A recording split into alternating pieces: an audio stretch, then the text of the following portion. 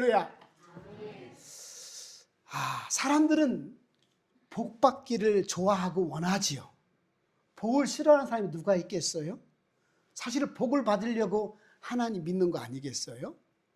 그래서 돈 많아지는 것이 복이고, 병이 낫는 것이 복이고, 자녀가 잘 되는 것이 복이라고 생각을 하죠. 물론 복이 맞습니다. 그런데 그게 다가 아니라는 거예요.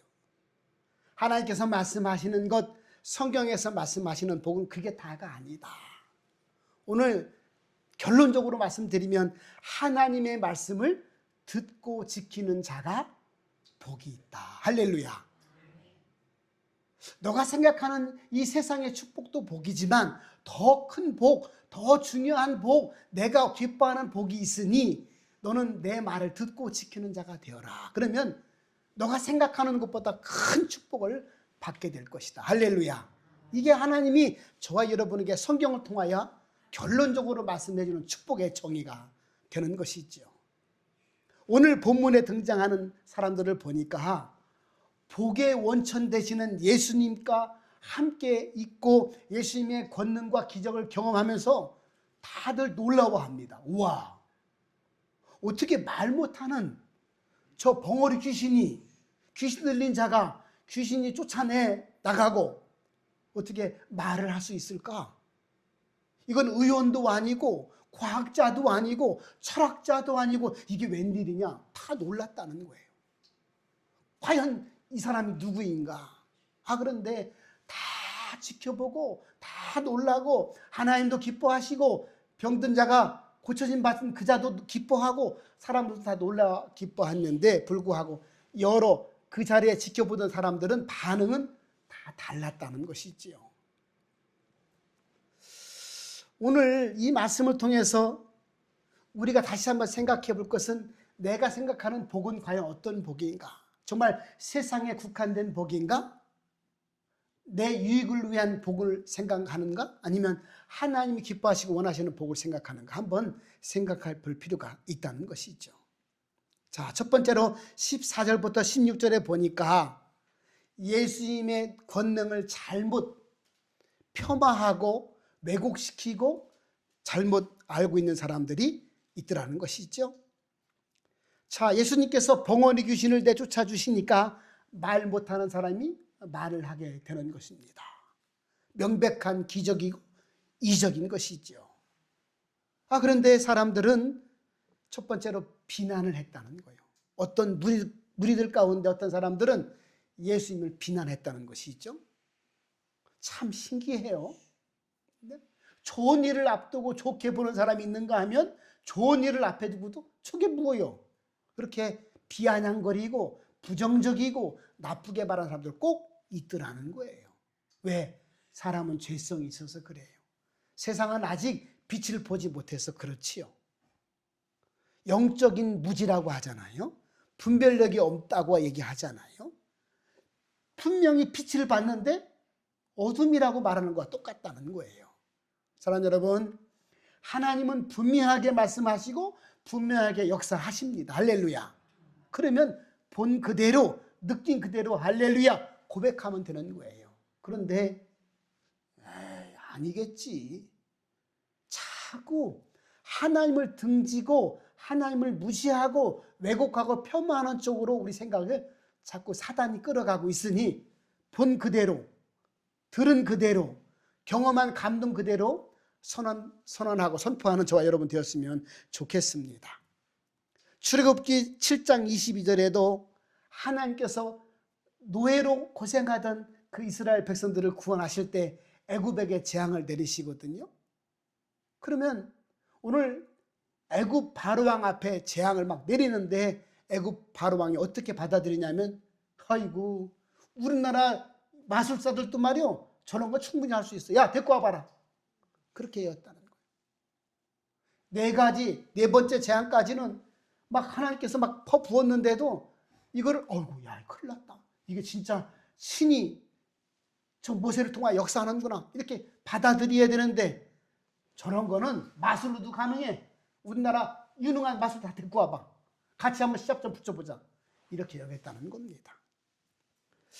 자, 왜곡시키고 폄하하고 부정적으로 여길 때 역사가 일어나지 않는 것이죠.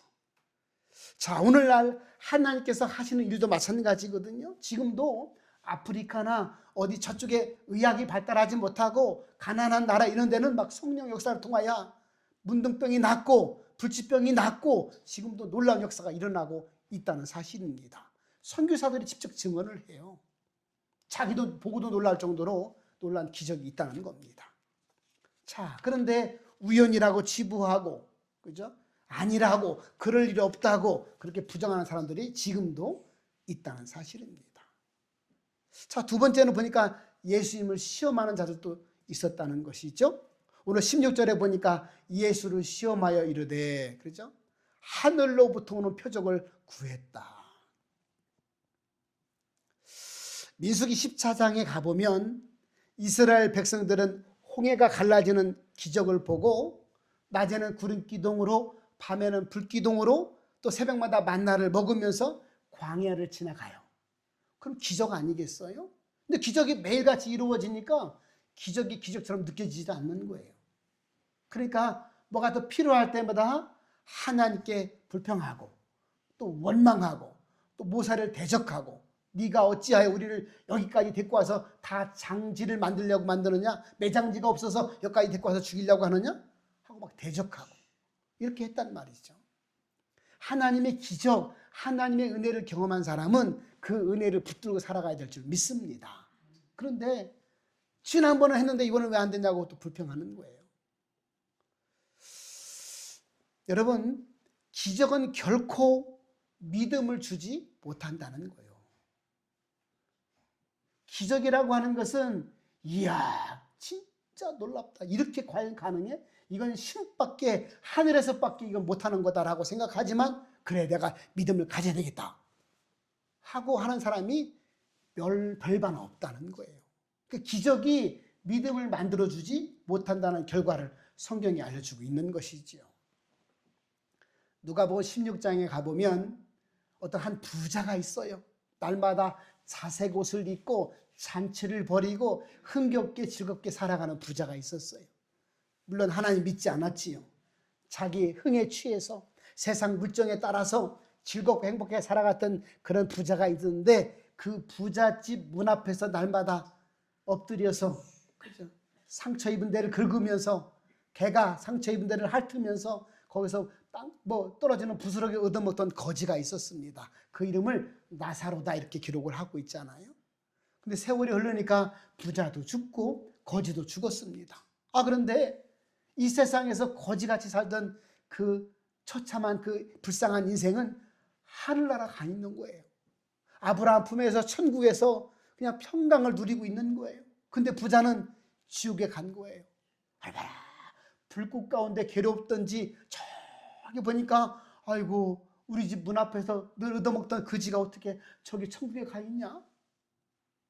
주인 되시오 아브라함이시오, 그 나사로 손끝에 시원한 물 좀 찍어서 나 혀를 좀 시원하게 해주면 안 될까요? 제가 불꽃 가운데 괴로워 죽겠습니다. 그러니까 얘기하죠. 이곳과 그곳은 큰 구렁텅이가 있어서 갈 수도 없고 올 수도 없으니 안 된다.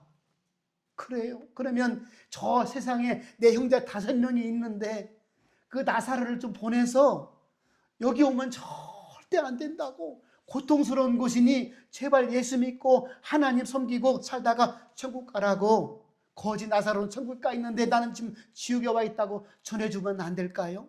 그러니까 거기는 이미 모세와 선지자들이 지금 활동하고 있다.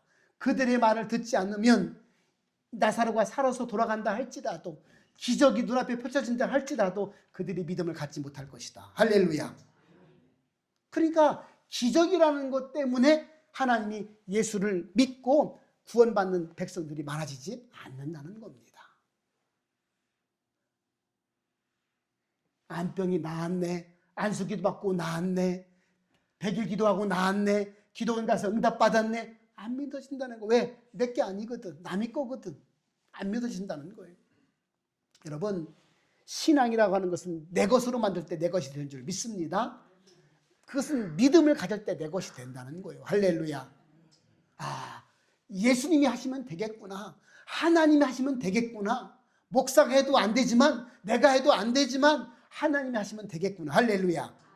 그걸 믿는 믿음이 기적을 만든다는 거예요. 그래서 기적을 보고 믿음을 갖지 못하지만 믿음을 보면 기적을 받게 되는 것이죠. 아, 그렇구나.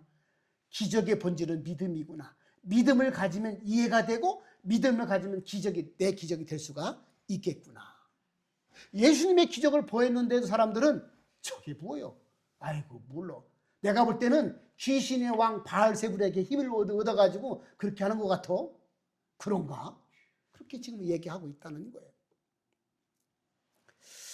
여러분, 우리가 받은 은혜를 잃어버리고 살아간다면 결코 이들과 별반 다를 게 없다는 겁니다. 그러므로 올 한 해를 이제 다 지나왔잖아요. 한 달도 안 남았잖아요. 내가 올 한 해 어떤 은혜를 받았을까? 건강하게 예배의 자리를 지키는 것도 복이고, 기도의 자리에 나온 것도 복이고, 하나님 은혜 아래 살아가는 것도 축복인 줄 믿습니다. 그럼 은혜를 생각하고 은혜를 기억하고 감사하며 믿음을 지키는 자가 되라고 말씀을 하고 있는 것이지요. 사람들은 더 큰 거 내놔봐, 더 큰 거 보여줘봐, 내가 보여주면 믿을게. 천만에 안 믿어요. 오늘 산 넘으면 내일 또 산이 오고, 내일 산 넘으면 또 모레 산이 오는데 어떻게 믿겠어요? 그러나 하나님을 믿으면 내일도 넘어가고 모레도 이겨내고 급해도 버텨내고 이겨낼 수 있는 줄 믿습니다. 그러니 믿음으로 기적을 만들어내야지 기적을 가지고 믿음을 만들 수 없다는 겁니다. 여러분, 세 번째는 어떤 사람들이 있었느냐? 바로 하나님의 기적을, 예수님을 기적을, 저 사람은 바로 하나님의 아들이었구나. 저 사람의 가르침을 따라 살아가는 것이 구원이고 기적이 되겠구나 하고 믿는 무리가 있었다는 것이죠. 다 교회 다닌다고, 다 세상 사람 잘한다고 다 구원받는 게 아니잖아요. 믿음을 붙드는 자가, 그죠? 내 것으로 만드는 자가 구원받는 줄 믿습니다. 자, 오늘 17절부터 26절까지 보니까, 그죠? 예수님은 그들의 비난에 하나씩 답을 내려주시죠. 17절 보니까 스스로 분쟁하는 나라마다 황폐하여 지나니 그러잖아요. 너희가 말하기를 귀신의 왕 바알세불에 힘입어서 내가 이들을 고쳤다고 말하는 걸 보니까, 생각해 봐라. 그죠? 귀신이 귀신 편일 텐데 어떻게 귀신이 자기 편에 있는 사람을 내쫓아내겠느냐? 그건 말도 안 되는 거 아니냐? 그러면 그 나라가 다 무너지지 세워지겠느냐? 하고 이야기를 해 주는 것이 있죠. 오늘 21절에 보니까 강한 자가 무장을 하고 자기 집을 지킬 때에는 그 소유가 안전하되 더 강한 자가 와서 그를 굴복시킬 때에는 그가 믿던 무장을 빼앗고 그의 재물을 나누느니라. 아멘. 누가 강한지 보면 모르겠느냐? 같은 편을 내쫓으리 만무하니 쫓아나가는 귀신이 강하겠느냐? 아니면 내가 강하겠느냐? 그렇게 이제 예수님께서 반문을 하시는 것이죠. 그러면서 23절에 이렇게 진리를 선포하십니다. 나와 함께 하지 아니하는 자는 나를 반대하는 자요, 나와 함께 모으지 아니하는 자는 해치는 자니라. 그러므로 나와 함께 하지 않는 자는 나를 반대하는 자다. 그렇게 말을 합니다.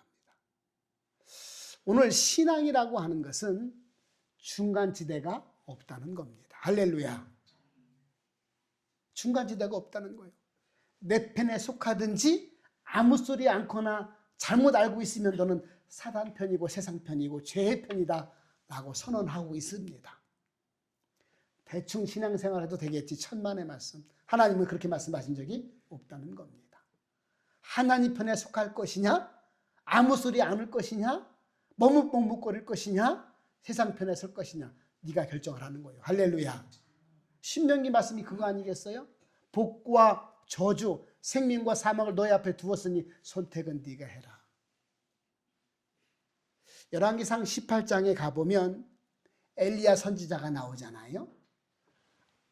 아합 왕이라고 하는 그 왕비가 이세벨 왕비인데 참 악했어요.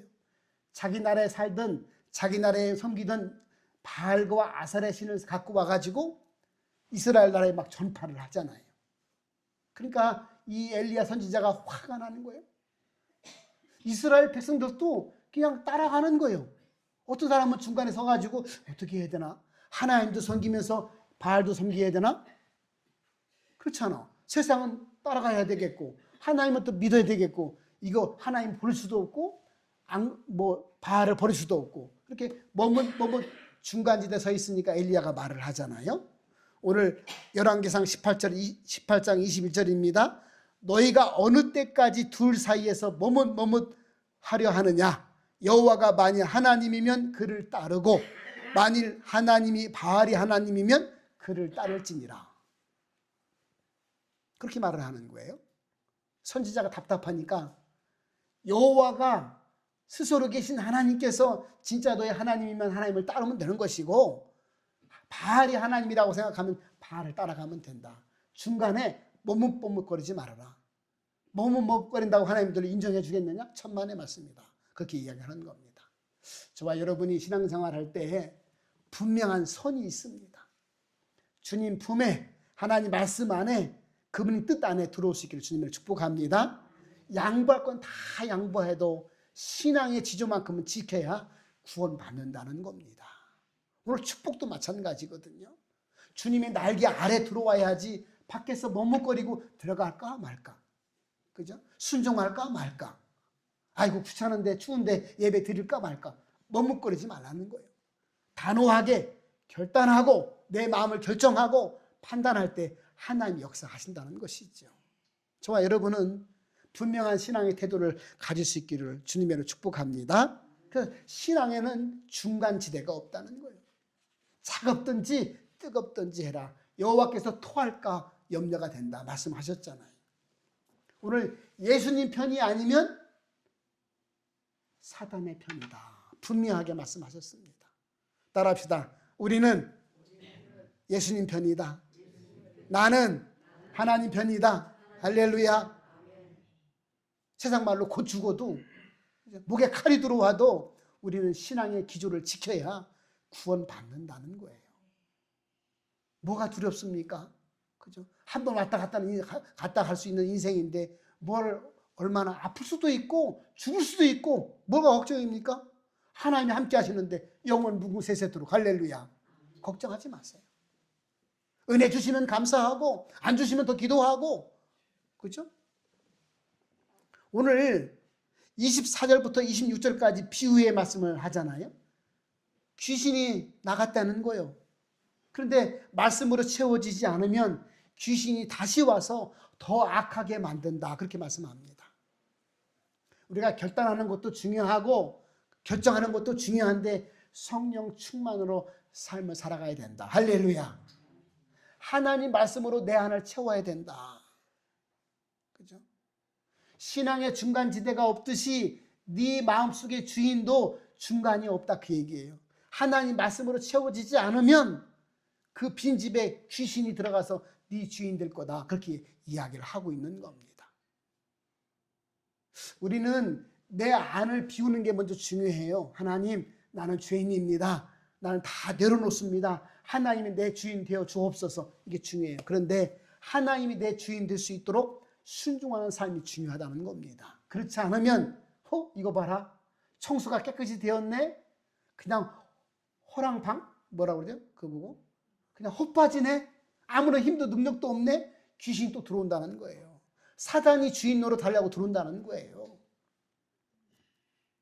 예수님 편에 속하느냐 사단 편에 속하느냐 똑같은 말씀이 또 강조하는 거예요.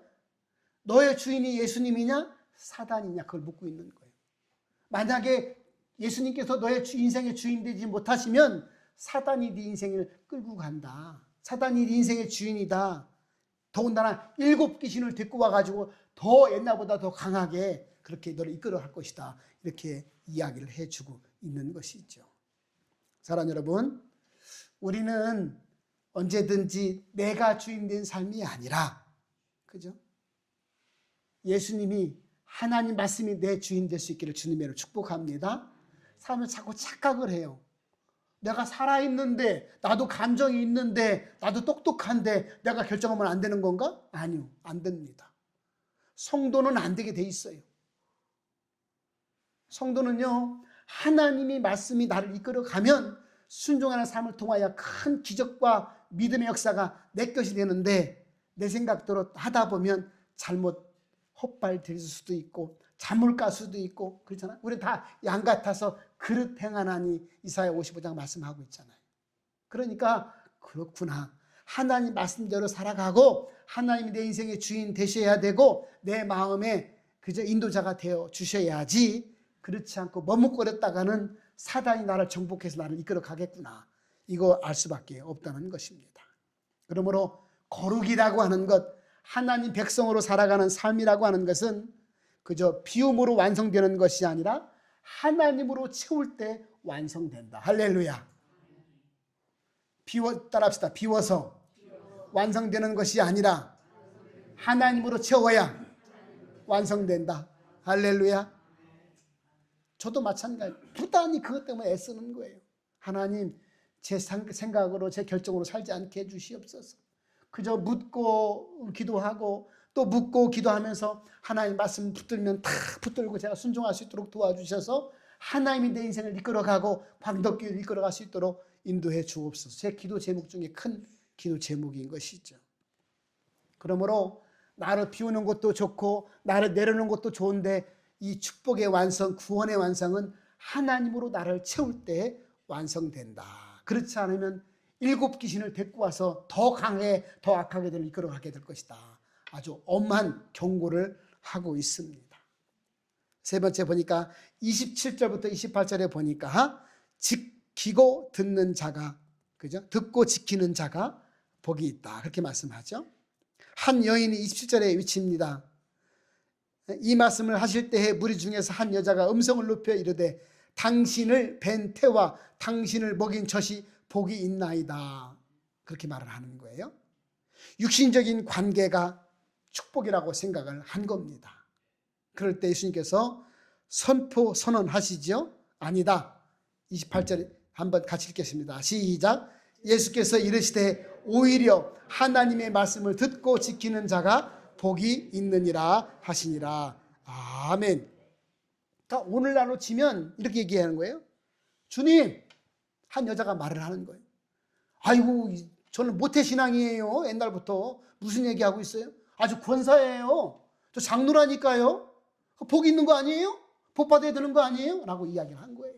그러니까 예수님께서 오히려 그게 아니야, 하나님 말씀을 듣고 그대로 순종하고 지킬 때 그게 복이 되는 것이지, 네 신앙의 연수가 10분이 세월이 복을 주는 게 아니다, 분명하게 말씀을 하셨습니다. 그러므로 하나님 말씀이 축복으로 이어지게 하려면 그래, 듣고 행해야 되겠다. 할렐루야. 순종의 삶을 통하여 축복을 얻게 되는구나. 제가 늘 강조하잖아요. 구원은 은혜요, 순종은 축복이다. 한 번만 따라 할게요. 구원은 은혜고 축복은 순종이다. 다시 한번, 구원은 은혜고 순종은 축복이다. 할렐루야. 이게 공식이에요. 그냥 산수 공식이라고. 내가 왜 축복을 못 받지? 열심히 한다고 하는 거예요, 신앙생활을. 그런데 순종을 열심히 안 하는 거죠. 오늘 결론은 말씀드리겠습니다. 오늘 예수님께서 친히 축복은, 진정한 축복, 하나님 기뻐하시고 원하시는 축복은 하나님 말씀을 듣고 지키는 자가 복된 자다. 그것이 진정한 기쁨이고 영광이고 은혜이고 구원이고 축복이다, 이렇게 알려주고 있습니다. 사람들은 더 큰 기적을 바라고 원할 수도 있어요. 세상적인 복만 추구할 수도 있어요. 그러나 예수님 분명히 말씀하십니다. 세상적인 축복만 축복이 아니라 하나님이 기뻐하시고 원하시는 축복이 있으니 그 축복을 받아 누려야 되겠다. 그죠? 오늘 하나님의 말씀을 듣고 지키는 자가 복이 있다, 그렇게 말씀을 하고 있습니다. 오늘 언제나 내 마음과 생각과 감정 속에 저는 내가 아니라, 그죠? 세상의 기준이 아니라 하나님의 말씀이, 예수님이 내 안을 가득 채울 수 있도록 그렇게 만들어가고 채우시기를 주님의 이름으로 축복합니다. 기도하겠습니다. 하나님, 먼저 기회를 주시고 은혜를 주시고 불러주심을 감사합니다. 하나님, 이 땅을 살아갈 때에 복된 인생이 되게 하여 주옵소서. 교회 다닌다고 하나님을 나름대로 섬긴다고 복을 받는 것이 아니라 하나님의 말씀을 듣고 지키는 자가 복이 있다 말씀하셨사오니 우리의 모든 삶이 하나님 말씀을 듣고 지키는 순종하는 삶을 살게 하여 주옵소서. 내 인생 내가 주인이 아니고 세상의 기준과 흐름이 주인이 아니고 하나님이 주인 되는 삶을 살아갈 수 있도록 내 마음을 내려놓고 비우는 것이 끝나는 것이 아니라 예수님으로 하나님 말씀으로 채울 수 있게 하여 주옵소서. 그러므로 복된 인생, 아름다운 인생 살아갈 수 있도록 은혜 위에 은혜를 베풀어 주옵소서. 우리가 하나님을 온전히 잘 바로 알고 바로 믿고 바로 살아갈 때 큰 축복의 역사가 우리 것이 될 줄 믿사오니 하나님, 내 것으로 아버지 믿음으로 내 것으로 만드는 귀한 믿음의 사람 다 되게 하여 주옵소서. 예수님의 이름으로 감사하며 기도 올리옵나이다. 아멘.